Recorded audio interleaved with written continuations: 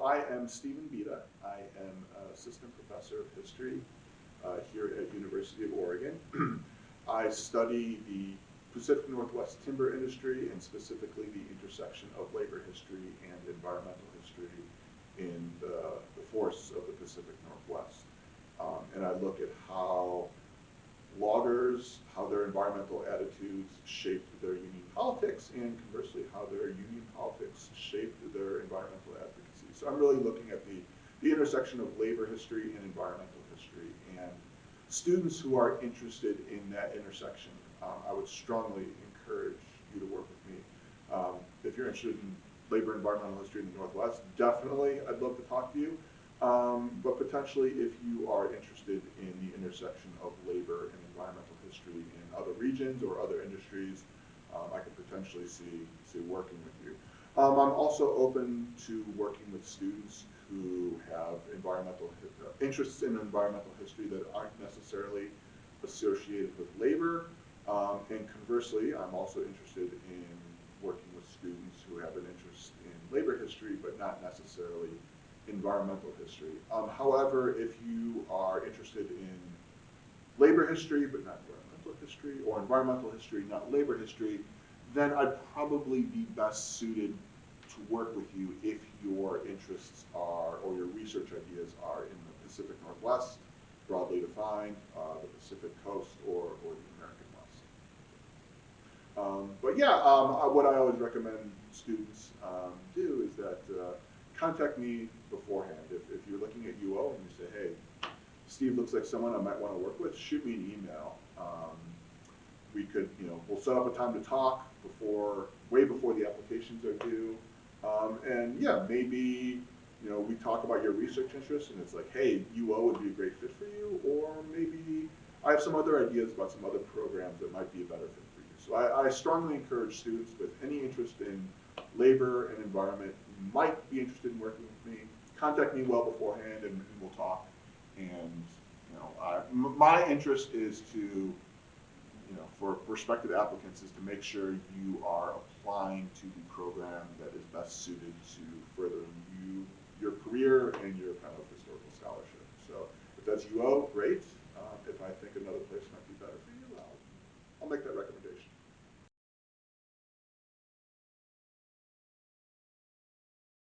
I really expect you to kind of hit the ground running when you start graduate school. I am here to help you. That is my job. If you apply to work with me and we accept you into the program, I am taking on the responsibility of making sure that you are succeeding in our program. But I really expect students to hit the ground running. So I expect you to have pretty good writing skills. I expect you to have basic research skills, and I expect you to have good reading skills. Generally what I tell students is if you weren't a kind of really, really good student as an undergrad, and if you didn't do exceptionally well in your history classes, then maybe graduate school isn't for you. So yeah, so I have high expectations, but my job is also to make sure that you are succeeding.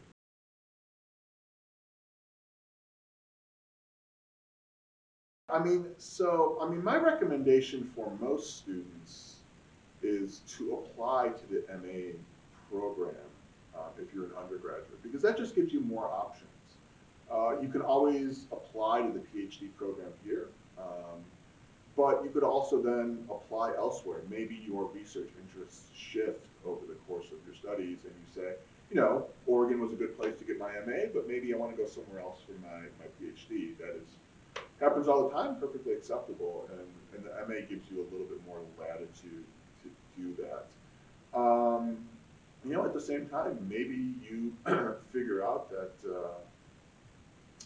history graduate program isn't for you, but if you apply the MA program, you can get your MA within about 2 years, and then maybe you decide you want to leave the program, but that always leaves the door open then for coming back to graduate school 10, 15, 20 years later, if you so choose. Or, maybe you decide on another graduate program, and having that MA will be a strength. So I recommend that most students who are coming from an undergraduate program apply to the MA. It just gives you, I think, more options and more latitude. really an MA in history is not all that useful on the job market, potentially for um, high school or middle school teachers. And again, that's not a job market or a world I know very well, so I don't feel qualified to comment on it. But in terms of if you want to do any sort of teaching in academia, an MA is simply a stepping stone. You need a PhD. Potentially some public history jobs might welcome an MA. Again, that's not a job market or a world I feel qualified to comment on. If you have an interest in public history or if you have an interest in high school teaching or middle school teaching, you should be talking with people who are in that field and who can tell you probably a lot better than I could whether an MA has some utility or not. Now, for a PhD, for job opportunities, yeah, you have academia, but if no one has explained this yet, tenure track jobs in higher ed are few and far between, and they're extremely competitive, and getting a PhD is no guarantee of getting a job in academia. I always encourage students to keep their eyes open for other opportunities that might present themselves in the course of graduate school. If you are coming to graduate school because you want to be a professor, that's great. The job market is super, super competitive. And if you keep your eyes open for alternate career paths, something might present itself that could be very, very rewarding. And if you are coming to graduate school and you can only be happy with this ending with you in a tenure track job, then I would suggest you maybe think seriously about graduate school. Whereas if you are coming to graduate school with the hope of getting a tenure track job, and again, it happens, with the hope of getting a tenure track job, but also keeping in mind that it's very competitive and you'd be open to other possibilities, then I recommend you keep your eyes open for other possibilities. Another thing I tell students all the time is, being a professor is your plan A. Make sure you have a plan B, and actively develop that plan B over the course of graduate school, because the likelihood that you'll end up having to go with that plan B is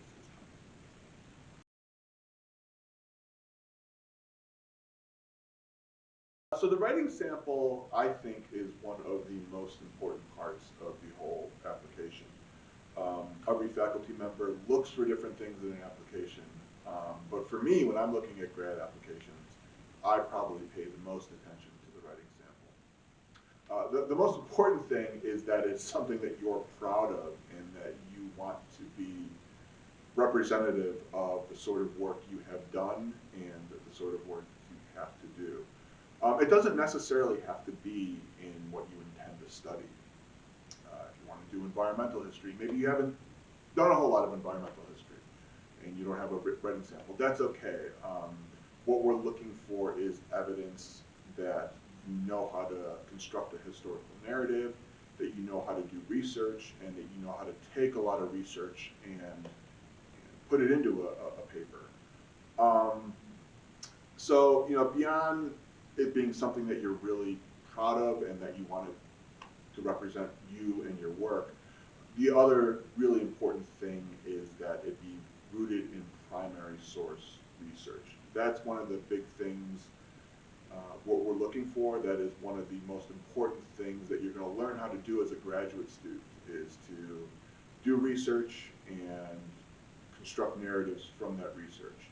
And so what we're looking for is evidence that you already have some of the basic skills necessary to hit the ground running when you start your graduate program. If you don't have a paper that has a lot of primary source research, and depending on your undergrad major or depending on what sort of stuff you've written as an undergrad or a master's student, or as an undergrad, you might not have a primary source paper. And if that's the case, we highly recommend then you apply to the MA program. The other thing that comes up from time to time is a student who wasn't a history major, who's applying to a history program. In that case, when I say primary source research, I often mean it quite broadly. It doesn't necessarily have to be kind of traditional archival history research, though that's certainly welcome. I've seen a lot of English papers, I've seen a lot of political science papers that are rooted in primary, that are rooted in primary research. So if you're a BA, if you're coming from an undergrad and you're applying to graduate school, we can, consider that sort of stuff. And what I recommend students do, and what I think it's important to think about, is that your writing sample and your personal statement should kind of work in tandem. Explain in your personal statements the writing sample you're giving us, and if there's anything that you want to draw our attention to, maybe you haven't taken a lot of history classes, explain that in your personal statement and how you're still suited for a graduate program. So anything that needs to be explained to contextualize your writing sample, you can do that and should do that in your